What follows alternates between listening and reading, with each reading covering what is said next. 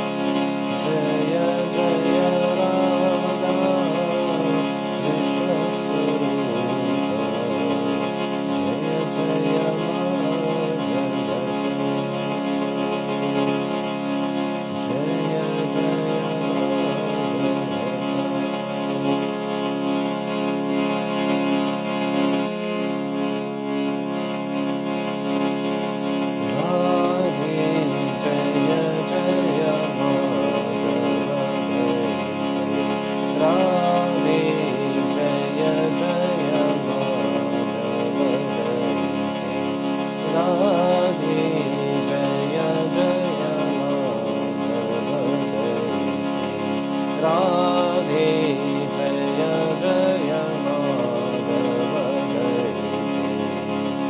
गोकुल तरुणी मंगल महिते गोकुल तरुणी मंगल महिते दामोदर रति वर्धन वेशे दामोदर रति वर्धन वेशे हरि निष्कुटा वृंदाविनेशे हरि निष्कुटा वृंदाविनेशे राधे जय जय राधे जय जय माधव गोकुल तरुणी मंगल महिते गोकुल तरुणी मंगल महिते राधे जय जय माधव राधे जय जय राधे जय जय माधव राधे जय जय माधव गोकुल तरुणी मंगल महिते गोकुल तरुणी मंगल महिते राधे जय जय राधे जय जय माधव राधे जय जय माधव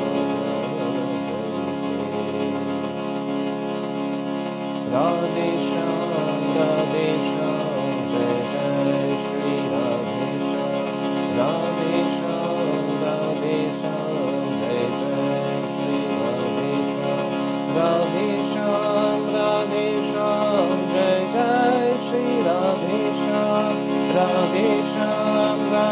श्याम जय जय श्री राधे श्याम जय जय श्री राधे श्याम जय जय श्री राधे श्याम जय जय श्री राधे श्याम राधे राधे राधे राधे जय जय श्री राधे राधे राधे राधे राधे जय जय श्री राधे राधे राधे राधे राधे जय जय श्री राधे राधे राधे राधे राधे जय जय श्री राधे राधे राधे राधे राधे जय जय श्री राधे राधे राधे राधे राधे जय जय श्री राधे राधे राधे राधे राधे जय जय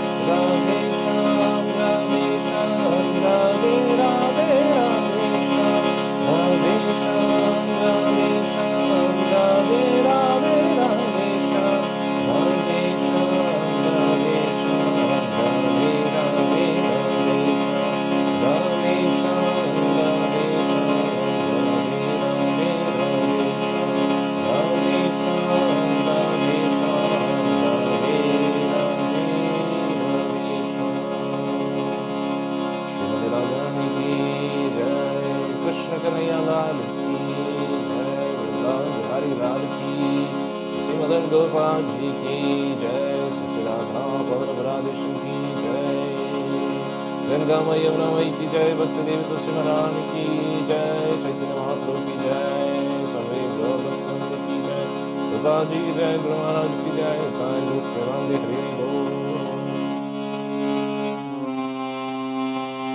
ओम नमो भगवते वासुदेवाय, ओम नमो भगवते वासुदेवाय, ओम नमो भगवते वासुदेवाय। नारायणं नमस्कृत्यं नरं चैव नरोत्तमं, देवीं सरस्वतीं व्यासं ततो जयमुदीरयेत्। अष्टप्रायेषु अमद्रेषु नित्यं भागवतसेवया भगवते उत्तमश्लोके भक्तिर्भवति नैष्टिकी। कृष्णाय वासुदेवाय देवकी नन्दनाय च नन्दगोपकुमाराय गोविन्दाय नमो नमः। ॐ अज्ञानतिमिरन्धस्य ज्ञानाञ्जनशलाकाय चक्षुरुन्मिलितं येन तस्मै श्रीगुरवे नमः। श्रीचैतन्यमनोभीष्टं स्थापितं येन भूतले स्वयं भगदामयं ददाति स्वपदान्तिकं।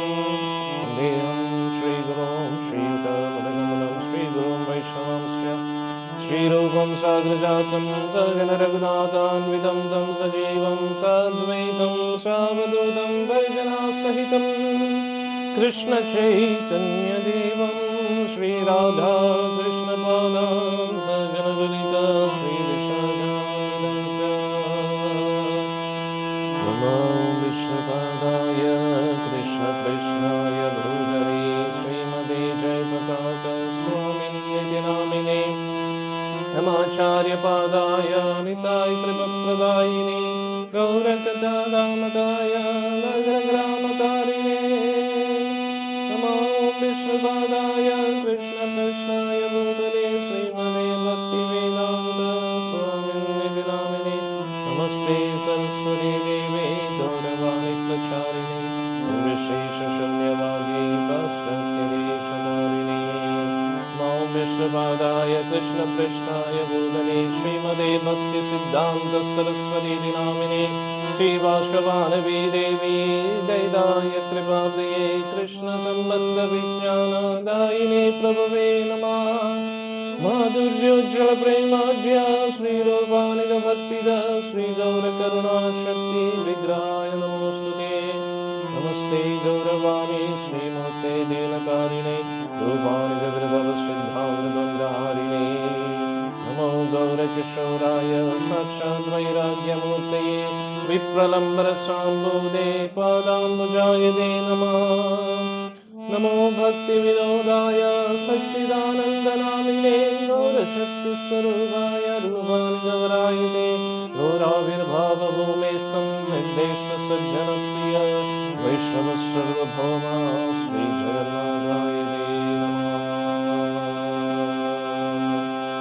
नमो महावदन्याय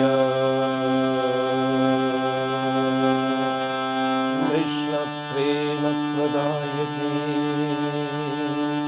कृष्णाय कृष्णचैतन्य नामिने गौरत्रिसे नमः। पञ्चतत्त्वात्मकं कृष्णं भक्तरूपस्वरूपकं भक्तावतारं भक्ताख्यं नमामि भक्तशक्तिकम्।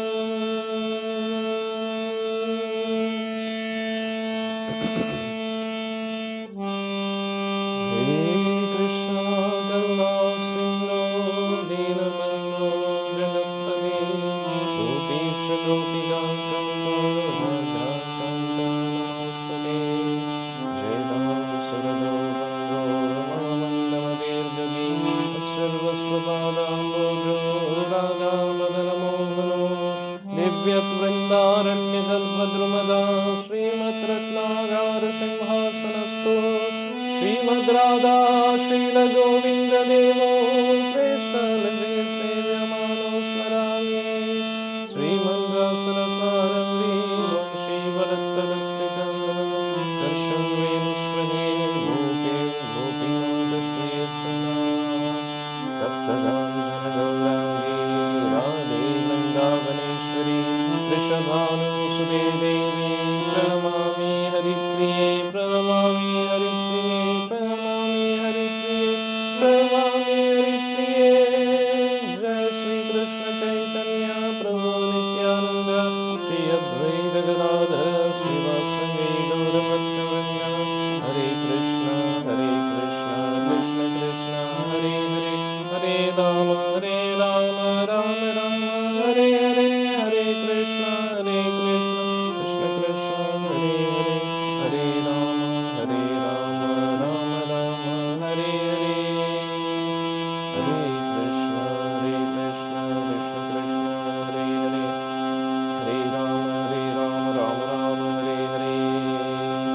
मूकं करोति वाचालं पङ्गुं लङ्घयते गिरिं यत्कृपातमहं वन्दे श्रीगुरुं दीनतारिणं परमानन्दमाधवं श्रीचैतन्यमीश्वरम्। हरि ओम तत्सत्।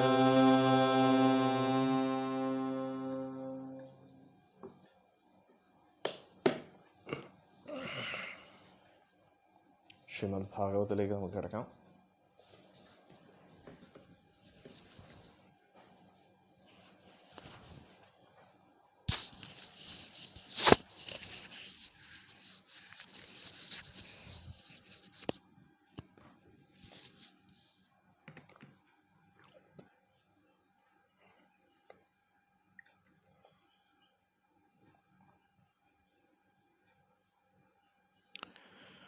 ശ്രീമദ് ഭാഗവത്തിലെ 3-ാമത്തെ സ്കന്ധം, അതിലെ 7-ാമത്തെ അധ്യായം.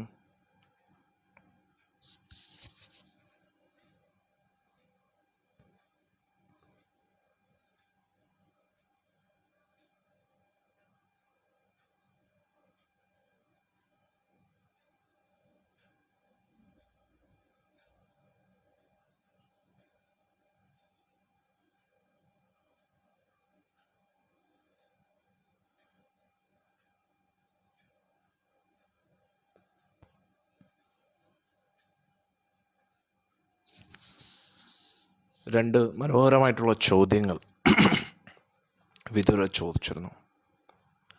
ഭഗവാനാണ് ഈ സൃഷ്ടിയെല്ലാം ചെയ്യുന്നത്. ഭഗവാൻ ഇതുമായിട്ട് ഒരു ബന്ധമില്ലാതെ നിൽക്കുന്നു. പിന്നെ എങ്ങനെയാണ് ഈ സൃഷ്ടി നടക്കുന്നത്? ഭഗവാൻ ഈ മായയിലൂടെയാണ് സൃഷ്ടി നടത്തുന്നത്. പിന്നെ എങ്ങനെയാണ് മായയിൽ പെട്ടുപോകാതിരിക്കുന്നത്? അന്നേരം മൈത്രേയ ഋഷി ആദ്യം ഇത് ചോദ്യം കേട്ടിട്ട് ഞെട്ടി. വല്ലാത്തൊരു ചോദ്യമായി പോയി. ഇതെത്ര വലിയ ചോദ്യമൊന്നുമല്ല. മൈത്രേയ ഋഷി പറഞ്ഞു, എന്താണ് കാരണം? ഭഗവാൻ തന്നെയാണ് മായ. ഭഗവാൻ തന്നെ മായയിൽ എങ്ങനെ പെട്ടുപോകും? ഭഗവാൻ തന്നെയല്ലേ മായ. ഭഗവാന്റെ ശക്തിയാണ്, അതുകൊണ്ട് ഭഗവാൻ തന്നെയാണ്. ഒരു ഉദാഹരണം, ചലന്തി വല ചലന്തിയിൽ നിന്ന് വരുന്നു. ചലന്തി എങ്ങനെയാണ് ചലന്തി വലയിൽ പെട്ടുപോകുന്നത്? ബാക്കിയുള്ള എല്ലാവരും ചലന്തി വലയിൽ പെട്ടുപോകും, പക്ഷെ ചലന്തി ഒരിക്കലും ചലന്തി വലയിൽ പെട്ടുപോകത്തില്ല. ചലന്തിയുടെ കുഞ്ഞുങ്ങളും ചലന്തി വലയിൽ പെട്ടുപോകത്തില്ല. പക്ഷേ ബാക്കിയുള്ള എല്ലാ ജീവജാലങ്ങളും ചലന്തി വലയിൽ പെട്ടുപോകും. അതേപോലെ ഭഗവാന്റെ വലയാണ്, ഭഗവാന്റെ നെറ്റ്വർക്ക്, അതാണ് മായ നെറ്റ്വർക്ക്.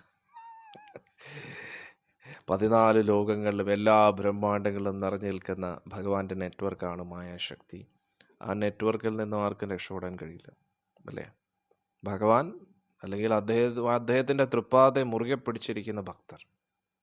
ഇന്നലെ നമ്മൾ പഠിച്ചല്ലേ, നാഥതേ പാദമൂലം. യോഗീന്ദ്രന്മാരും അന്വേഷിക്കുന്ന ആ പാദം, ഭക്തന്മാർ എപ്പോഴും ഉറച്ചു നിൽക്കുന്ന ആ പാദം, എല്ലാ ആഗ്രഹങ്ങളെയും, ഭക്തൻ്റെ എല്ലാ അഭീഷ്ടങ്ങളെയും പൂർത്തീകരിക്കാൻ പറ്റുന്ന ആ പാദത്തെ ആരാണോ മുറുകെ പിടിക്കുന്നത്, അവർക്ക് എല്ലാ മായയിൽ നിന്നും രക്ഷപ്പെടാൻ പറ്റും. ബാക്കി ആരും രക്ഷപ്പെടത്തില്ല. കാമക്രോധ മോഹലോപാധി മതമത്സരാദികളിൽ പെട്ടുകിടക്കും. ഭക്ഷണത്തിൻ്റെ ഉറക്കത്തിൻ്റെ ഇടയിൽ അങ്ങ് പെട്ടുപോകും. അതിൽ നിന്ന് രക്ഷപ്പെട്ട് കഴിഞ്ഞാൽ കാമത്തിൻ്റെ അടിമയായിട്ടിരിക്കും. അതിൽ നിന്നൊക്കെ രക്ഷപ്പെട്ട് കഴിഞ്ഞാലോ അഹങ്കാരത്തിൻ്റെ അടിമയായിട്ടിരിക്കേണ്ടി വരും. എന്തായാലും മായയിൽ നിന്ന് രക്ഷപ്പെടാൻ കഴിയില്ല. മായയിൽ നിന്ന് രക്ഷപ്പെടണോ? ഭഗവാന്റെ പാദത്തെ മുറുകെ പിടിക്കണം. ഭഗവാന്റെ പാദത്തെ മുറുകെ പിടിച്ചിരിക്കുന്ന ഭക്തരുടെ പാദത്തെ മുറുകെ പിടിക്കുക. അങ്ങനെ നെറ്റ്വർക്ക് ഉണ്ടാക്കും. മായയുടെ നെറ്റ്വർക്കിൽ നിന്ന് രക്ഷപ്പെടണമെങ്കിൽ ഭക്തരുടെ നെറ്റ്വർക്കിൽ പിടിക്കുക. ഗോലോകം നെറ്റ്വർക്ക്, ഗോലോകം ട്രസ്റ്റ് നെറ്റ്വർക്ക്. ഭക്തരുടെ പാദം പിടിച്ചിങ്ങനെ നിൽക്കുക, അല്ലാതെ ഒരു രക്ഷയില്ല അല്ലേ. അന്നേരം ഇവിടെ എന്തുകൊണ്ട് പിന്നെ ജീവാത്മാക്കൾ അവർ ശരീരമല്ല ആത്മാവായിട്ടും എന്തുകൊണ്ട് അവർ ഇതിൽ മുങ്ങിപ്പോകുന്നു? കാരണം എന്താ? അവർ ആരാണെന്ന് അവർ തിരിച്ചറിയുന്നില്ല എന്ന് പറയുന്നു. അതിനൊരു ഉദാഹരണം നൽകുന്നു. എങ്ങനെയാണോ നമ്മൾ സ്വപ്നത്തിൽ പല പല കാഴ്ചകളും കാണുന്നു, സ്വപ്നത്തിൽ നമ്മുടെ തല അറുത്തു പോകുന്നതായിട്ട് നമ്മൾ ഉദാഹരണമായിട്ട് നമ്മളൊരു സ്വപ്നം കാണുന്നു. നമ്മൾ ഉറങ്ങിക്കിടക്കുമ്പോൾ നമ്മുടെ തല ആരോ അറുത്തു എന്ന് കാണുന്നു. തല അറുത്തു കഴിഞ്ഞാൽ പിന്നെ നമുക്ക് എങ്ങനെയാണ് കാണാൻ കഴിയുക അല്ലേ? പക്ഷേ നമ്മൾ കാണുന്നു തല അറുത്തു പോകുന്നതായിട്ട്. അതിൻ്റെ അർത്ഥം എന്താ? നമ്മളുടെ തല അറുത്തിട്ടില്ല, നമ്മൾ ശരീരമല്ല, സ്വപ്നം കണ്ടുകൊണ്ടിരിക്കുകയാണ്. ഇതേപോലെയാണ് നമ്മുടെ ജീവിതത്തിൽ പലതും നമ്മൾ കണ്ടുകൊണ്ടിരിക്കുന്നു, പലതും കേട്ടുകൊണ്ടിരിക്കുന്നു. പക്ഷെ ഇതെല്ലാം സ്വപ്നം പോലെയാണ് എന്ന് നമ്മൾ മനസ്സിലാക്കും. വേറൊരു ഉദാഹരണം കൂടെ നൽകി. ചന്ദ്രൻ്റെ പ്രതിബിംബം നദിയിൽ കാണുമ്പോൾ ആ നദിയുടെ ഒഴുക്കിൽ ചന്ദ്രനും അനങ്ങുന്നതായിട്ട് നമുക്ക് തോന്നും. പക്ഷേ ചന്ദ്രൻ അനങ്ങുന്നില്ല, ഇത് ചന്ദ്രൻ്റെ പ്രതിബിംബമാണ്. അതേപോലെ ആത്മാവ് ഒന്നിലും ബന്ധപ്പെടാതെ നിൽക്കുന്നു. ശരീരത്തിൽ വരുന്ന സുഖം, ദുഃഖം, മനസ്സിൻ്റെ വിഷമങ്ങൾ, ഇതൊന്നും ആത്മാവിനെ ബാധിക്കുന്നില്ല. കാരണം ഈ ശരീരവും ഈ മനസ്സും ഒരു നദിയെ പോലെയാണ്. ആത്മാവിൻ്റെ പ്രതിബിംബമാണ് ഈ ശരീരം എന്ന് പറയുന്നു. അന്നേരം ആത്മാവ് ചന്ദ്രനെ പോലെ ഇതിൽ നിന്ന് മാറി നിൽക്കുന്നു. ചന്ദ്രൻ്റെ പ്രതിബിംബം എങ്ങനെയാണോ നദിയിൽ കാണുന്നത്, അതേപോലെ ആത്മാവിൻ്റെ പ്രതിബിംബം നമ്മൾ സംസാരിക്കുന്നതും ചിരിക്കുന്നതും കരയുന്നതും എല്ലാം ആത്മാവിൻ്റെ പ്രതിബിംബമാണ്, റിഫ്ലക്ഷനാണ്. പക്ഷെ യഥാർത്ഥത്തിൽ ഈ ശരീരമായിട്ട് ഒരു ബന്ധമില്ലാതെ ആത്മാവ് അകത്തിരിക്കുകയാണ്. ഈ ശരീരത്തിൻ്റെ മാറ്റങ്ങളൊന്നും ആത്മാവിനെ ബാധിക്കുന്നില്ല. എങ്ങനെയാണോ ഒരു നദിയിലെ പ്രതിബിംബത്തിൽ ഉണ്ടാകുന്ന മാറ്റങ്ങൾ, അതൊന്നും ചന്ദ്രനെ ബാധിക്കുന്നില്ല, അതേപോലെ പുറമേയുള്ള ഈ മാറ്റങ്ങളൊന്നും യഥാർത്ഥത്തിൽ ഇതിനകത്തിരിക്കുന്ന ആത്മാവിനെ ബാധിക്കുന്നില്ല. ആ ആത്മാവാണ് നമ്മൾ എന്ന് നമ്മൾ മനസ്സിലാക്കണം. പക്ഷേ അത്ര എളുപ്പമല്ല മക്കളെ ഇതിൽ നിന്ന് രക്ഷപ്പെടാൻ. അതാണ് മൈത്രേഷി പറയുന്നത് അല്ലേ? മൈത്രേഷി എന്താ പറയുന്നത്? എളുപ്പമല്ല. എത്ര ചന്ദ്രൻ്റെ ഉദാഹരണം നമ്മൾ പഠിച്ചാലും മായയുടെ നെറ്റ്വർക്കിൽ നിന്ന് രക്ഷപ്പെടാൻ കഴിയില്ല. ഒരേ ഒരു വഴിയേ ഉള്ളൂ. എന്താ? സവൈ നിവൃത്തി ധർമ്മേന, നമുക്ക് വിരക്തി വരണം. എങ്ങനെ? ധർമ്മത്തിലൂടെ. എങ്ങനെ?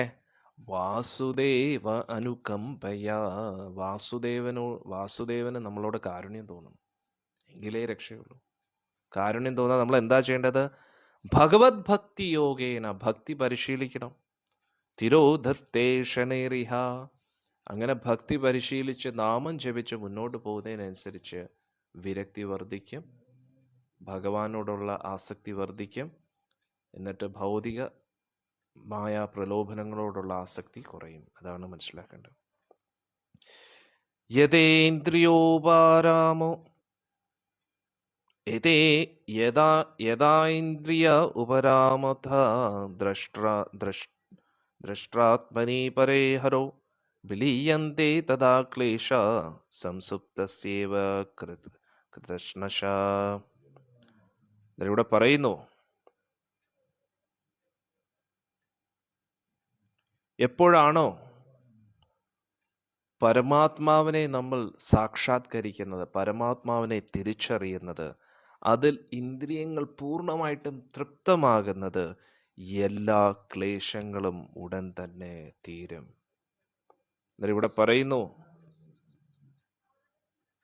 എങ്ങനെയാണോ നന്നായി ഉറങ്ങിയതിന് ശേഷം ഒരു വ്യക്തി എഴുന്നേൽക്കുമ്പോൾ ലഭിക്കുന്ന ഒരു ആനന്ദമില്ലേ, അതേപോലെ എന്നാണ് ഇവിടെ പറയുന്നത്.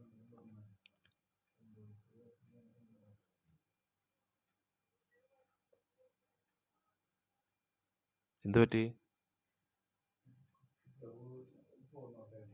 ഒരു മിനിറ്റ്.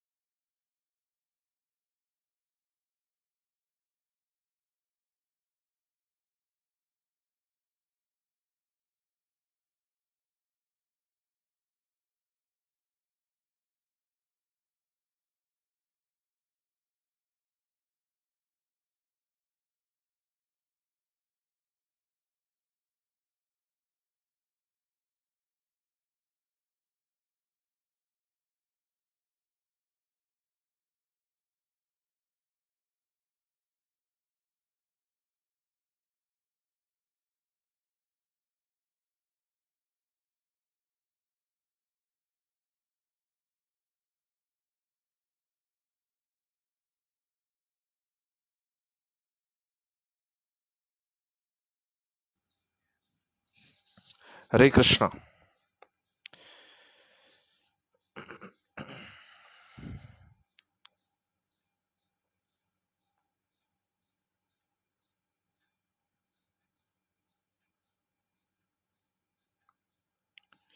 ഇവിടെ പറയുന്നു, നമ്മൾ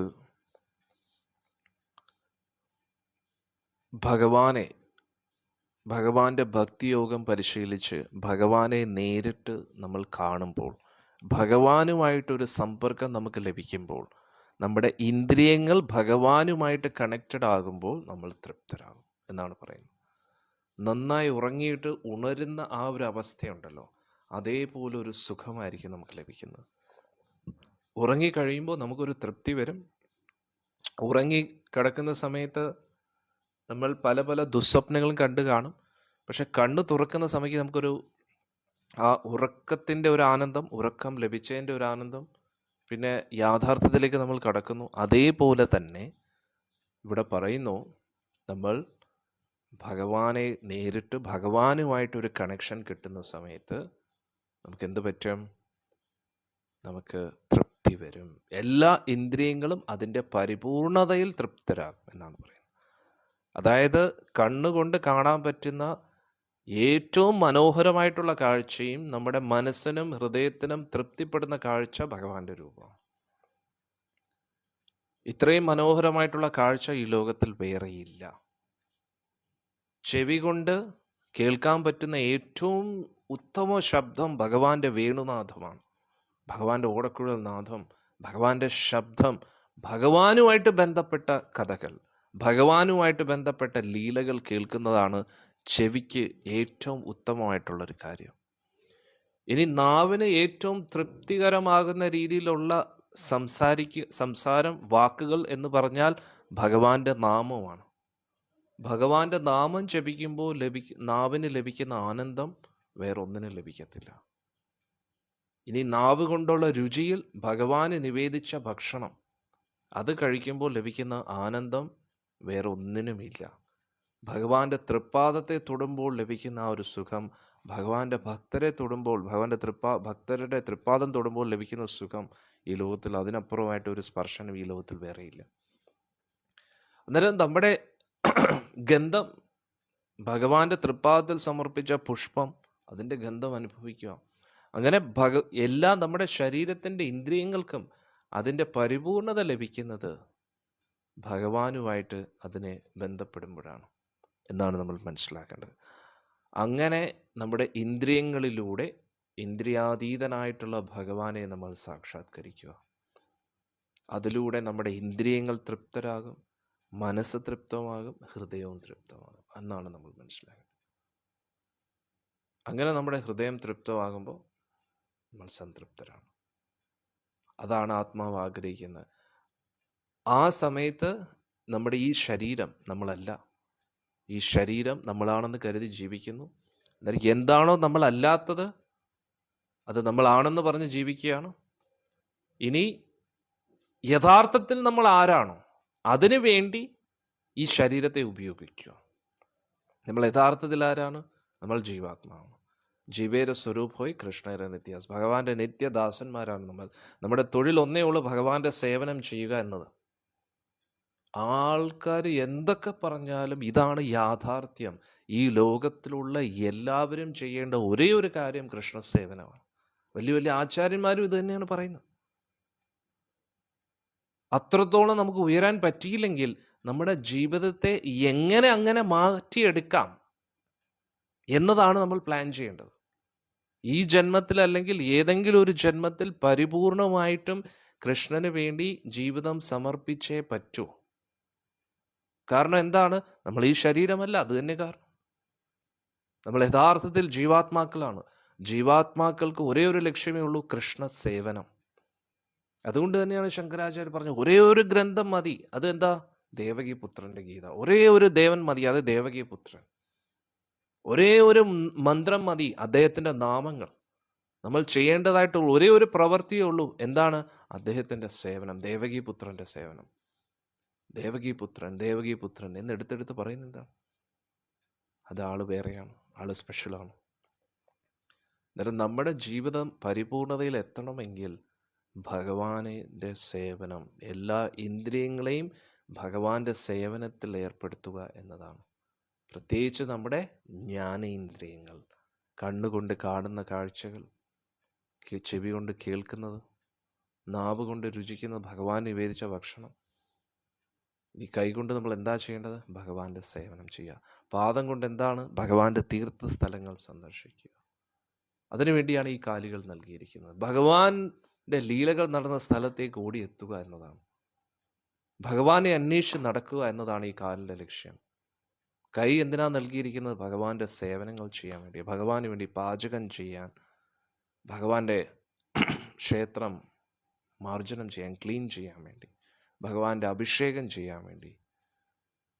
അന്നേരം ഈ കൈകൾ നൽകിയിരിക്കുന്നത് ഭഗവാന്റെ സേവനം ചെയ്യാൻ വേണ്ടിയാണ്. അന്നേരം നമ്മുടെ ഇന്ദ്രിയങ്ങളെ, യഥാർത്ഥത്തിൽ ഇതല്ല നമ്മുടെ ഇന്ദ്രിയങ്ങൾ. ആത്മാവിൻ്റേതായിട്ടുള്ള ഇന്ദ്രിയങ്ങളുണ്ട്. പക്ഷേ നമ്മൾ ഈ ഭൗതിക ലോകത്തിൽ ആസ്വദിക്കാൻ ആഗ്രഹിക്കുന്നത് കൊണ്ട് നമുക്ക് ഈ ലോകത്തിൽ ഒരു പ്രത്യേക ഇന്ദ്രിയങ്ങൾ ഈ ശരീരത്തിലൂടെ ലഭിക്കുകയാണ്. സൂക്ഷ്മ ശരീരത്തിൻ്റെ ഇന്ദ്രിയങ്ങൾ. അതുകൂടാതെ ഈ ഭൗതിക ശരീരം നമുക്ക് ലഭിച്ചിരിക്കുകയാണ്. നേരത്തെ പറഞ്ഞതുപോലെ നമ്മൾ യഥാർത്ഥത്തിൽ ആരാണ്? നമ്മൾ ആത്മാവാണ്. നമ്മൾ എന്താണ് അല്ലാത്തത്? നമ്മൾ ഈ ശരീരമാണ് അല്ലാത്തത്. പക്ഷേ നമ്മളല്ലാത്ത ഈ ശരീരത്തെ എന്താണോ നമ്മൾ യഥാർത്ഥത്തിൽ അതിനു വേണ്ടി ഉപയോഗിക്കുക, അന്നേരം നമുക്ക് ഈ ശരീരത്തിൽ നിന്നും പുറത്തു വരാൻ കഴിയും. പക്ഷേ ഈ ശരീരത്തിൻ്റെ ഉള്ളിൽ ഇരുന്നു കൊണ്ട് നമ്മുടെ യഥാർത്ഥ പ്രവണതയ്ക്ക് അപ്പുറത്തായിട്ടാണ് നമ്മൾ കാര്യങ്ങൾ ചെയ്യുന്നത്. അതുകൊണ്ടാണ് മനസ്സ് അശാന്തമായിട്ടിരിക്കുന്നത്. മനസ്സ് ശാന്തവും തൃപ്തിയാകുന്ന എപ്പോഴാണ്? ആത്മാവിൻ്റേതായിട്ടുള്ള കാര്യങ്ങൾ ചെയ്യുമ്പോൾ ആത്മാവ് തൃപ്തനാകും. അതുകൊണ്ടാണ് നമുക്ക് ക്ഷേത്രത്തിൽ പോകുമ്പോഴും ഭഗവാനെക്കുറിച്ച് കേൾക്കുമ്പോഴും സംതൃപ്തി വരുന്നത്. എന്തുകൊണ്ടാണ്? കാരണം ആത്മാവ് ചെയ്യേണ്ട കാര്യങ്ങളാണ് ചെയ്തുകൊണ്ടിരിക്കുന്നത്. ആത്മാവ് ചെയ്യേണ്ട കാര്യങ്ങൾ ചെയ്യാതിരിക്കുമ്പോൾ ആത്മാവിന് അതൃപ്തി തോന്നും. ചില സമയത്ത് നമ്മൾ ചെയ്യാൻ പാടില്ലാത്തൊരു തെറ്റ് ചെയ്യുമ്പോഴത്തേക്ക് നമുക്കൊരു ഉള്ളിലൊരു കുറ്റബോധം തോന്നും. എന്തുകൊണ്ട്? മനസ്സാക്ഷി എന്നൊക്കെ പറയുന്നത് അത് ഈശ്വരനല്ല, ഭഗവാൻ തന്നെ, എല്ലാം ഭഗവാന്റെ അംശം തന്നെ. പക്ഷേ എന്തുകൊണ്ട് കുറ്റബോധം തോന്നും? അത് ആത്മാവിൽ നിന്ന് വരുന്ന ഒരു വാക്കുകളാണ്. ആത്മാവിന് തൃപ്തിപ്പെട്ടില്ല. ആത്മാവെന്ന് പറയുന്ന ആരാ? നമ്മൾ തന്നെ. നമ്മൾ ഈ ശരീരത്തിൻ്റെയും മനസ്സിൻ്റെയും അടിമയായിട്ട് ജീവിക്കുന്നതുകൊണ്ട് ഇന്ദ്രിയ തൃപ്തിക്ക് വേണ്ടി മനസ്സിങ്ങനെ നമ്മളെ നിർബന്ധിച്ചു കൊണ്ടേയിരിക്കും. പക്ഷെ നമ്മൾ യഥാർത്ഥത്തിൽ ശരീരമല്ല, മനസ്സുമല്ല. മനസ്സിൻ്റെ ചിന്തകളാണ് നമ്മളിങ്ങനെ വലിച്ചു കൊണ്ടുവന്നത്. മനസ്സാണ് നമ്മളിങ്ങനെ പ്രേരിപ്പിച്ചുകൊണ്ടിരിക്കുന്നത് ഓരോരോ കാര്യങ്ങൾ ചെയ്യാൻ വേണ്ടി. അതിനനുസരിച്ച് നമ്മളിങ്ങനെ പ്രവർത്തിക്കുന്നതിനനുസരിച്ച് ആത്മാവ്, നമ്മൾ, ഇതിനകത്തിരിക്കുന്ന നമ്മൾ അതൃപ്തരായിക്കൊണ്ടേയിരിക്കും. പക്ഷേ നമ്മൾ ആത്മാവ് ചെയ്യേണ്ട കാര്യങ്ങൾ ചെയ്യുമ്പോൾ നമുക്ക് തൃപ്തി വരും, സന്തോഷം വരും, സമാധാനം വരും. വളരെ സിമ്പിളാണ്. അന്നേരം ആത്മാവ് ചെയ്യേണ്ട കാര്യങ്ങൾ എന്തൊക്കെയാണ്? ഭഗവാന്റെ സേവനം, കൃഷ്ണ സേവനം. കാരണം എന്തുകൊണ്ട്? ജീവേര സ്വരൂപ് ഹോയ് കൃഷ്ണേര നിത്യദാസ്. ആത്മാവിന് ഒരേ ഒരു ലക്ഷ്യമേ ഉള്ളൂ, കൃഷ്ണൻ്റെ ദാസൻ. ഒരു പോലീസിൻ്റെ ഡ്യൂട്ടി എന്താ? പോലീസ് ഡിപ്പാർട്ട്മെൻറ്റിൻ്റെ സേവനം ചെയ്യുക. ഒരു മിലിറ്ററിക്കാരൻ്റെ ഡ്യൂട്ടി എന്താ? മിലിറ്ററിക്കാരൻ്റെ ഡ്യൂട്ടി ചെയ്യുക. ഒരു അമ്മയുടെ ഡ്യൂട്ടി എന്താ? വീട്ടമ്മയായിട്ട് വീട്ടിലെ കാര്യങ്ങൾ നോക്കുക. ഹസ്ബൻഡിൻ്റെ ഡ്യൂട്ടി എന്താ? വീട്ടിൽ ഫാമിലിയുടെ കാര്യം നോക്കുക. ഒരു മന്ത്രിയുടെ ജോലി എന്താണ്? മന്ത്രി ഏത് വകുപ്പാണോ തിരഞ്ഞെടുത്തിരിക്കുന്നത് ആ വകുപ്പിൻ്റെ കാര്യങ്ങളൊക്കെ നന്നായി നോക്കുക. പ്രധാനമന്ത്രിയെങ്കിൽ പ്രധാനമന്ത്രിയുടെ ഉത്തരവാദിത്തങ്ങൾ. ഇതേപോലെ ഇതൊക്കെ പുറമേയുള്ള ഉപാധികളാണ്, പുറമേയുള്ള ധർമ്മങ്ങളാണ്, പുറമേയുള്ള ഉത്തരവാദിത്തങ്ങളാണ്. പക്ഷെ യഥാർത്ഥത്തിൽ നമ്മൾ ആത്മാവിൻ്റേതായിട്ടുള്ള ഒരു പ്രവണതയുണ്ട്. അതുകൊണ്ട് പുറമേ നമ്മൾ അച്ഛനാണെങ്കിലും അമ്മയാണെങ്കിലും ഭരണാധികാരിയാണെങ്കിലും പിച്ചക്കാരനാണെങ്കിൽ പോലും ഒരു മൃഗമാണെങ്കിൽ പോലും ആത്മാവിൻ്റെ പ്രവണത എന്ന് പറഞ്ഞാൽ ഭഗവാന്റെ സേവനമാണ്. ഇതൊഴികെ നമ്മൾ ബാക്കി എന്ത് ചെയ്തിട്ടും ഒരു കാര്യമില്ല. അതും ഭഗവാന്റെ സേവനം എന്ന് പറഞ്ഞാൽ കൃഷ്ണ സേവനം എന്ന് തന്നെ എടുത്തു പറയണം. കാരണം എന്താ? നമ്മൾ യഥാർത്ഥത്തിൽ എല്ലാ ജീവാത്മാക്കളും എല്ലാ ദേവന്മാരും വരുന്നത് ഭഗവാൻ കൃഷ്ണനിൽ നിന്നാണ്. എല്ലാ ദേവന്മാരും ലക്ഷ്യവും എല്ലാ ദേവന്മാരുടെയും ധർമ്മം കൃഷ്ണ സേവനമാണ്. ഏകലേ ഈശ്വർ കൃഷ്ണ ആരസഭൃത്യ എന്നാണ് ചൈതന്യ ചരിതാമൃതത്തിൽ പറയുന്നത്. ഒരേ ഒരു ഈശ്വരൻ, അത് കൃഷ്ണനാണ്. ബാക്കിയെല്ലാം ഭഗവാന്റെ ഭൃത്യന്മാരാണെന്ന് പറയും. ഇതിൻ്റെ അർത്ഥം മറ്റു ദേവന്മാരെ നമ്മൾ അപമാനിക്കുകയോ അവഗണിക്കുകയോ ചെയ്യുന്നതല്ല. ഇതാണ് പരമാർത്ഥം, യാഥാർത്ഥ്യം അതാണ്. നിങ്ങൾ മഹാഭാരതം വായിച്ചു നോക്കൂ, രാമായണം വായിച്ചു നോക്കൂ, ശ്രീമദ് ഭാഗവതം വായിച്ചു നോക്കൂ. പരമോന്നതനായിട്ട് കാണപ്പെടുന്ന എപ്പോഴും ഭഗവാനെ തന്നെയാണ്. 33 ദേവന്മാരിലും പ്രധാനപ്പെട്ട ത്രിമൂർത്തികളിൽ ഏറ്റവും പ്രധാനപ്പെട്ടത് വിഷ്ണു. ഈ വിഷ്ണു വരുന്നത് നാരായണനിൽ നിന്നാണ്. ആ നാരായണനാണെങ്കിൽ വരുന്നത് കൃഷ്ണനിൽ നിന്ന്. വളരെ സിമ്പിളാണ്. നമ്മൾ പൊതുവെ തെറ്റിദ്ധരിക്കുന്നു, ഭഗവാന്റെ അവതാരമാണ് കൃഷ്ണൻ എന്ന് വിചാരിക്കുന്നു. പക്ഷേ ഇതെല്ലാം ഒരേ ആൾ തന്നെയാണെങ്കിലും കൃഷ്ണൻ്റെ വ്യത്യസ്ത രൂപങ്ങളാണ് ഇവയൊക്കെ, എല്ലാ അവതാരങ്ങളും. എങ്കിലും നമ്മൾ മനസ്സിലാക്കേണ്ടത് ആദിപുരുഷൻ, പരമദിവ്യോത്തമ പുരുഷൻ, എല്ലാത്തിൻ്റെയും തുടക്കം, ആദ്യ പുരുഷൻ എന്ന് പറയുന്നത് ശ്രീകൃഷ്ണനാണ്. ഇത് ഞാൻ പറയുന്നതല്ല, ബ്രഹ്മസംഹിതയിൽ സാക്ഷാൽ ബ്രഹ്മദേവൻ തന്നെ പറയുന്നു. സൃഷ്ടിയുടെ തുടക്കത്തിലെ അദ്ദേഹം കണ്ട സത്യമാണ്. ഈശ്വര പരമ കൃഷ്ണ സച്ചിദാനന്ദ വിഗ്രഹ അനാദിരാദിർ ഗോവിന്ദ സർവകാരണ കാരണം. അടുത്ത ശ്ലോകത്തിൽ പറഞ്ഞു, അശേഷ സംക്ലേശമം വിധത്തെ ഗുണാനുവാദശ്രവണം മുരാരി കിം വാ പുനസ്തച്ചരണാരവിന്ദ പരാഗസേവരതിർ ആത്മലബ്ധ. എത്ര മനോഹരമായിട്ട് മൈത്ര ഋഷി പറയുന്നു നോക്കണേ. ഭഗവാന്റെ തിരുനാമം ജപിച്ചും ഭഗവാനെക്കുറിച്ച് കേട്ടും ഭഗവാന്റെ രൂപത്തെ വർണ്ണിക്കുന്ന, ഭഗവാൻ ചെയ്ത ലീലകളെ വർണ്ണിക്കുന്ന, ഭഗവാന്റെ നാമം, ഭഗവാന്റെ രൂപം, ഭഗവാന്റെ ഗുണങ്ങൾ, ഭഗവാന്റെ ലീലകൾ, ഇതിനെ വർണ്ണിക്കുന്ന വചനങ്ങളെ പറയുക അല്ലെങ്കിൽ കേൾക്കുക. പരമദിവ്യോത്തമ പുരുഷനായ ശ്രീകൃഷ്ണ ഭഗവാന്റെ, ആ മുരന്റെ അന്തകനായിട്ടുള്ള ആ ഭഗവാനെക്കുറിച്ച് കേൾക്കുകയും വർണ്ണിക്കുകയും ചെയ്യുക. അതിലൂടെ എന്ത് പറ്റും?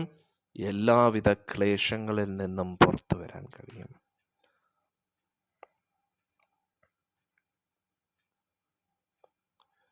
അന്നേരം ഇവിടെ പറയുന്നു മൈത്ര ഋഷി, ഭഗവാനെക്കുറിച്ച് കേൾക്കുകയും ഭഗവാനെക്കുറിച്ച് ജപിക്കുകയും ചെയ്യുന്ന വ്യക്തികൾക്ക് എല്ലാവിധ ഭൗതിക ക്ലേശങ്ങളിൽ നിന്നും മായാബന്ധനങ്ങളിൽ നിന്നും പുറത്തു വരാൻ കഴിയും. അങ്ങനെയാണെങ്കിൽ ഭഗവാന്റെ തൃപ്പാദ സേവ,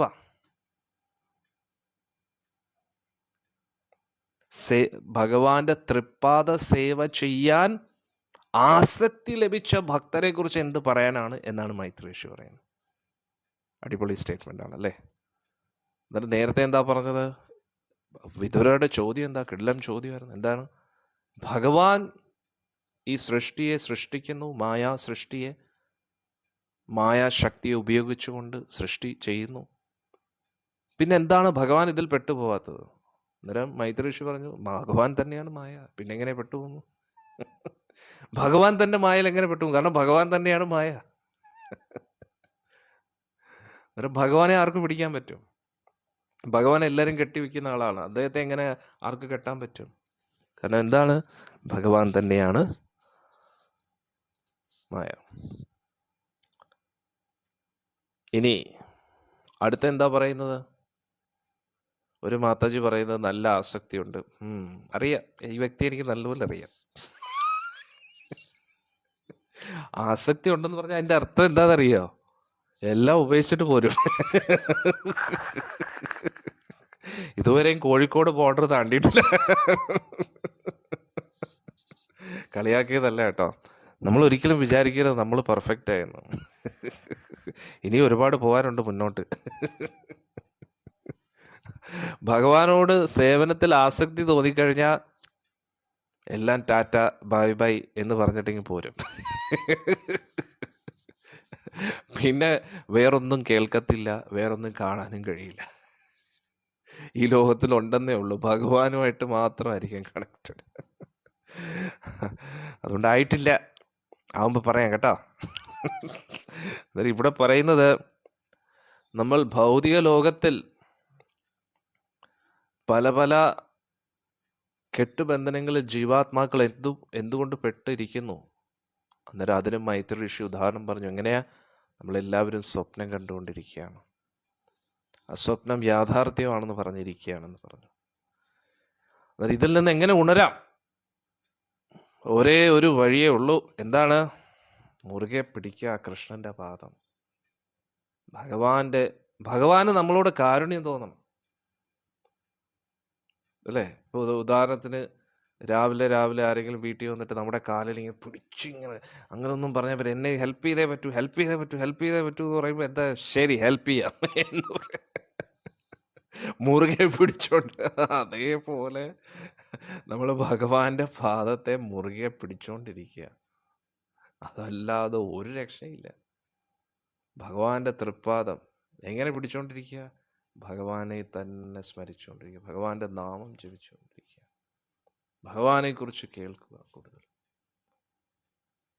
എപ്പോഴും ഭഗവത് സ്മരണയിൽ ഇരുന്ന് ഭഗവാന് നമ്മളോട് കാരുണ്യം തോന്നും. ഇപ്പൊ നമുക്ക് എന്താ തോന്നുന്നത്? അങ്ങനെ എപ്പോഴും സ്മരണയിൽ ഇരുന്നാൽ പിന്നെ ബാക്കി കാര്യങ്ങളൊക്കെ എങ്ങനെയാ സ്വാമിജി? അതാണ് മായ. ബാക്കി കാര്യങ്ങൾ എങ്ങനെ എന്ന് ചോദിക്കുമ്പോൾ മായ. എന്നാണോ ഈ ജന്മത്തിൽ അല്ലെങ്കിൽ ഏതെങ്കിലും ഒരു ജന്മത്തിൽ നമുക്ക് ബോധ്യപ്പെടണം ഇതൊന്നും ചെയ്തിട്ട് പ്രത്യേകിച്ച് കാര്യമില്ല എന്ന്. നിങ്ങൾക്ക് പറയാൻ പറ്റും, സ്വാമിജി സന്യാസിയില്ലേ, എന്തും വിളിച്ചു പറയാം, കുടുംബത്തിന്റെ പ്രാരാബ്ദങ്ങളൊക്കെ സ്വാമിക്ക് എങ്ങനെ അറിയാം? സത്യമാണ്, അതുകൊണ്ടാണ് ഞാൻ സന്യാസി. അന്നേരം ഏതെങ്കിലും ഒരു ജന്മത്തിൽ ഇതിലൊന്നും വലിയ കാര്യമില്ല, ഇതൊക്കെ സ്വപ്നമാണെന്ന് ബോധ്യപ്പെടണം. എങ്ങനെ? എപ്പോഴും ഓർക്കുക നാരദ മഹർഷിയുടെ ചരിതം, അല്ലേ? ഭഗവാൻ നാരദ മഹർഷിയായിട്ട് സംസാരിച്ചോട് അടുത്ത മാത്തേ പറഞ്ഞു, സ്വാമിജി ദേഷ്യം മാറുന്നില്ല. നല്ല അടിയുടെ കുറവാണ്. ദേഷ്യം വരുന്നത് തെറ്റല്ല, പക്ഷെ എന്തിനു വേണ്ടി ദേഷ്യപ്പെടുന്നു? നമുക്ക് ഇഷ്ടപ്പെടാത്ത കാര്യം നടക്കാത്തപ്പോഴാണോ? അതോ ഭഗവാനെ കുറിച്ച് എന്തെങ്കിലും തെറ്റുകൾ പറയുമ്പോഴാണോ? അതൊക്കെ ചിന്തിച്ചാൽ മതി. ഭക്തിയിൽ അടുക്കുക, നന്നായി ശ്രദ്ധിച്ച് ജപിക്കുമ്പോൾ നമ്മുടെ മനസ്സ് ശാന്തമാവും.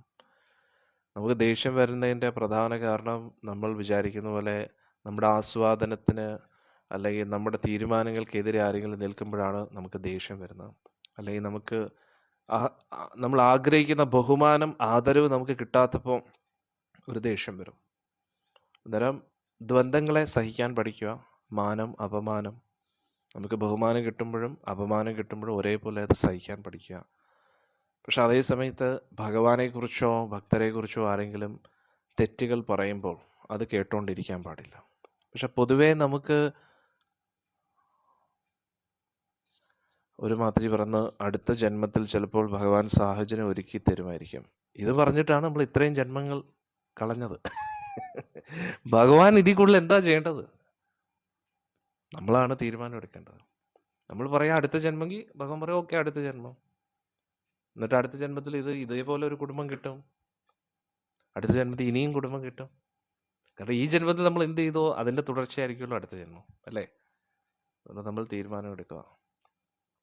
മരണത്തിന് ഒരു നിമിഷം മുമ്പേ എങ്കിലും സന്യാസം എടുത്തേ പറ്റൂ.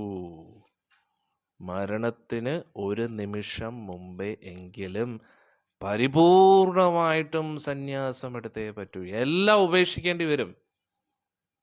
മരണസമയത്ത് പോലും നമ്മളത് ഉപേക്ഷിക്കുന്നില്ല എങ്കിൽ വീണ്ടും ജനിക്കേണ്ടി വരും. വീണ്ടും ജനിക്കേണ്ടി വരും.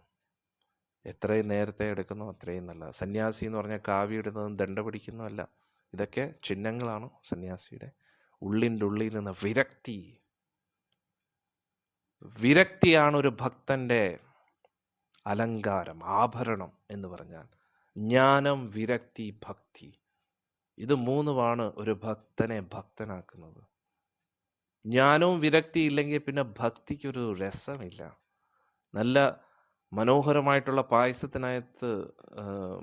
പായസത്തിനകത്ത് മണ്ണ് വാരി ഇടുന്ന പോലെയാണ് ജ്ഞാനത്തിൻ്റെയും വിരക്തിയുടെയും അഭാവം. തൃഷ്ണ എന്ന് പറയുന്നു, പക്ഷേ ഉള്ളിൽ തൃഷ്ണ കൊണ്ടിങ്ങനെ തിളയ്ക്കുന്നു. ആഗ്രഹങ്ങൾ, മറ്റുള്ളവരെന്നെ അംഗീകരിക്കണം, മറ്റുള്ളവരെന്നെ ബഹുമാനിക്കണം, എല്ലാവരും എന്നെ പൊക്കണം എന്നൊക്കെ പറഞ്ഞുകൊണ്ടിരിക്കുമ്പോൾ ഭയങ്കര ബോറായിരിക്കും. എന്ത് പറയുന്നത്, ഭയങ്കര ബോറായിരിക്കും. പക്ഷേ ജ്ഞാനവും വിരക്തിയും, വിരക്തിയുള്ള ഭക്തി, അതാണ് അടിപൊളി ഭക്തി. ജ്ഞാനവും, അതീന്ദ്രിയ ജ്ഞാനവും ഒപ്പം തന്നെ വിരക്തിയും കൂടെ ഉണ്ടെങ്കിൽ അത് അടിപൊളി. അതാണ് ഭക്തി എന്ന് പറയുന്നത്. അത് കിടിലാണ്. ആ ഭക്തിയുടെ മാധുര്യം ഇങ്ങനെ ഭഗവാൻ ഇങ്ങനെ ആസ്വദിച്ചുകൊണ്ടേയിരിക്കും. മനസ്സിലായില്ലേ? അതാണ് നമ്മൾ മനസ്സിലാക്കേണ്ടത്. അന്നേരം ഇവിടെ പറയുന്നു, ഭഗവാന്റെ നാമം ജപിച്ച് ജപിച്ച് ഭഗവാന് നമ്മളോട് അനുകമ്പ തോന്നണം. അപ്പോൾ ഭഗവാൻ നമ്മളെ ഇതിൽ നിന്നൊക്കെ ഊരും. അതാണ് ഇവിടെ മനസ്സിലാക്കേണ്ടത്. ഇവിടെ പറയുന്നു, ഭഗവാന്റെ നാമം ജപിക്കുന്ന ഭക്തജനങ്ങൾ ഭഗവാനെക്കുറിച്ച് കേൾക്കുകയും എപ്പോഴും ഭഗവാന്റെ രൂപത്തെക്കുറിച്ചും ഗുണങ്ങളെക്കുറിച്ചും വർണ്ണിക്കുന്ന ആ ഭക്തര് എല്ലാവിധ ഭൗതിക കൽമഷങ്ങളിൽ നിന്നും പുറത്തു വരുന്നു. അങ്ങനെയാണെങ്കിൽ ഭഗവാന്റെ സേവനം ചെയ്യാൻ ആസക്തനായിട്ടുള്ള ഭക്തർ, ആസക്തി വന്ന ഭക്തർ, അവരെക്കുറിച്ച് എന്താ പറയേണ്ടത് എന്നാ പറയുന്നത്. അതായത് അവര് മായയെ മറികടന്നു എന്ന് തന്നെ പറയാം. വിതുര ഉവാച സഞ്ചിന്ന സംശയോ മഹ്യം തവ ശുക്താസിനാ വിഭോ ഭയത്രാഭി ഭഗവൻ മനോ മേ സംപ്രധാവതി. വിതുരർ പറഞ്ഞു, മൈത്രഋഷി, ഇപ്പൊ എനിക്ക് സംശയമൊന്നുമില്ല. എല്ലാ സംശയങ്ങളും ഭഗവാനെക്കുറിച്ചും ജീവാത്മാക്കളെക്കുറിച്ചും എല്ലാ സംശയങ്ങളും അങ്ങ് ദൂരീകരിച്ചു. എൻ്റെ മനസ്സ് പൂർണ്ണമായിട്ടും ഭഗവത് ഭക്തിയിൽ, കുടുംബ പ്രാരാബ്ധങ്ങളിൽ നിന്നും രക്ഷപ്പെടാൻ പറ്റിയെങ്കിൽ എന്ന് പലപ്പോഴും ആഗ്രഹിച്ചു പോകും. ഇതാണ് ഭക്തർ മനസ്സിലാക്കേണ്ടത്. എനിക്കറിയാം, ഒരാണെന്നുള്ള രീതിയിൽ, സന്യാസി എന്നുള്ള രീതിയിൽ ഞാൻ ഇതിൽ നിന്ന് മാറി നിൽക്കുന്നു. പക്ഷേ നിങ്ങളൊരു കാര്യം മനസ്സിലാക്കണം, എനിക്ക് കുടുംബമില്ലെങ്കിലും ഗൃഹസ്ഥ ജീവിതം ഇല്ലെങ്കിലും എൻ്റെ മനസ്സിനെ നിയന്ത്രിക്കുക എന്നുള്ള വലിയൊരു ചടങ്ങ് എനിക്കുമുണ്ട്. മനസ്സിലായില്ലേ? അതുകൊണ്ട് മനസ്സിനെ നിയന്ത്രിക്കുന്നതാണ് ഏറ്റവും വലിയ സന്യാസം. പുറമെ കുടുംബമൊന്നും വേണ്ട എന്ന് പറഞ്ഞ് മാറി നിൽക്കാൻ ആർക്കും പറ്റും. പക്ഷെ ഉള്ളിൻ്റെ ഉള്ളിലുള്ള ആസക്തികളെ, മനസ്സിൻ്റെ ചിന്തകളെ നിയന്ത്രിക്കുക, അത് നിങ്ങൾക്ക് എല്ലാവർക്കും പറ്റുമല്ലോ. അതാണ് ഞാൻ പറയുന്നത്. ഇപ്പം നേരത്തെ ഒരു മാതാജി പറഞ്ഞു, എനിക്ക് ഭഗവാനോട് ആസക്തിയുണ്ട്. ഞാൻ മാതാജി കളിയാക്കിയതല്ല. നമ്മൾ പെർഫെക്റ്റ് ആയെന്ന് വിചാരിക്കരുത്. മാതാജി അങ്ങനെ ഉദ്ദേശിച്ചല്ല പറഞ്ഞു. പാവമാണ് മാതാജി, എനിക്കറിയാം. പക്ഷെ എന്നാലും ഞാനൊരു പറഞ്ഞു എന്നേ ഉള്ളൂ. നമ്മളെപ്പോഴും എന്താ ചെയ്യുക, പോരാ, ഇനിയും ഭഗവാനോട് ആസക്തി ഇനിയും വർദ്ധിക്കണം, വിരക്തി ഇനിയും ശക്തമാകണം എന്നൊരു അന്വേഷണം അല്ലെങ്കിൽ ഒരു താല്പര്യം ഇങ്ങനെ കൂടിക്കൊണ്ടേയിരിക്കണം. നമ്മളെല്ലാവരും സന്യാസം എടുത്തേ പറ്റൂ. സന്യാസം എന്ന് പറഞ്ഞു കഴിഞ്ഞാൽ, ഞാൻ നേരത്തെ പറഞ്ഞ പോലെ കാവ്യ ഇടുന്നത് നല്ല കാര്യം, ദണ്ഡ പിടിക്കുന്നത് നല്ല കാര്യം. പക്ഷേ അങ്ങനെ എടുക്കണമെന്ന് നിർബന്ധമില്ല.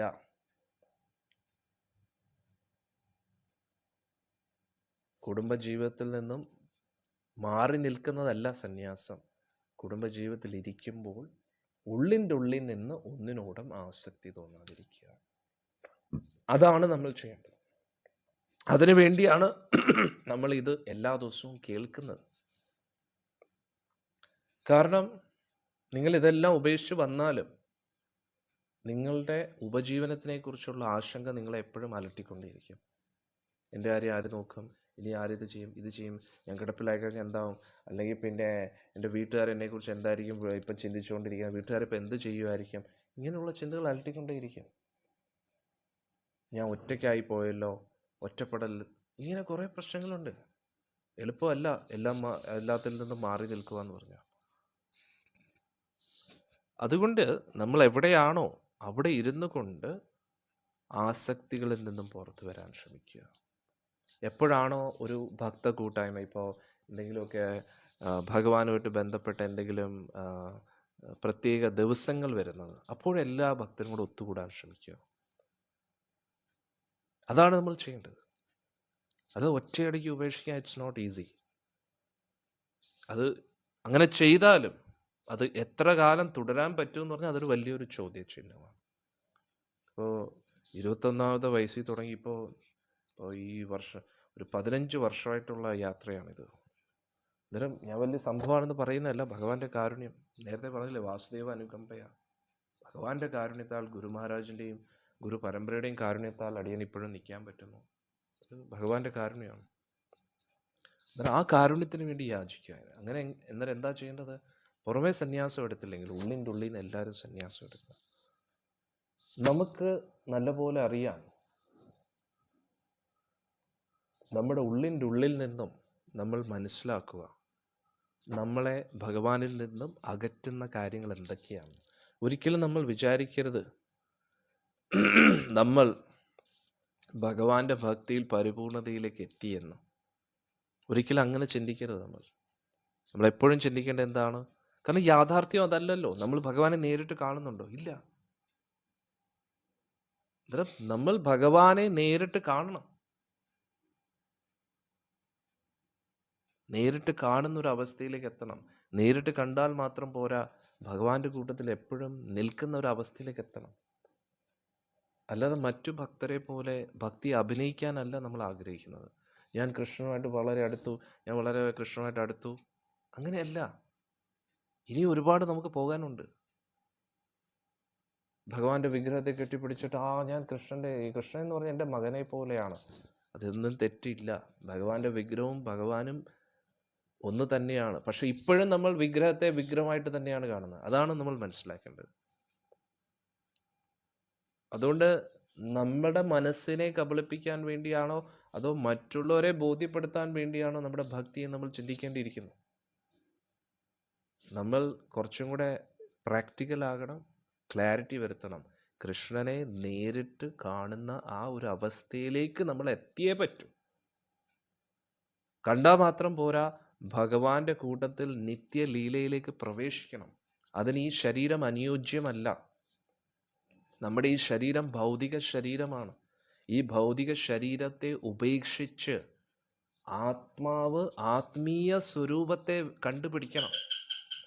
ഭഗവാന്റെ സേവനം ചെയ്യാൻ ഏത് രൂപമാണ് ഏറ്റവും അനുയോജ്യം എന്ന് നമ്മൾ കണ്ടെത്തണം. അതിനെയാണ് സ്വരൂപസിദ്ധി എന്ന് പറയുന്നത്. അന്നേരം ഭഗവാനെ നേരിട്ട് കാണണം. ഇനി ഭഗവാനുമായിട്ട് ഒരു ഡീപ്പ് ബന്ധമുണ്ടാക്കിയെടുക്കണം.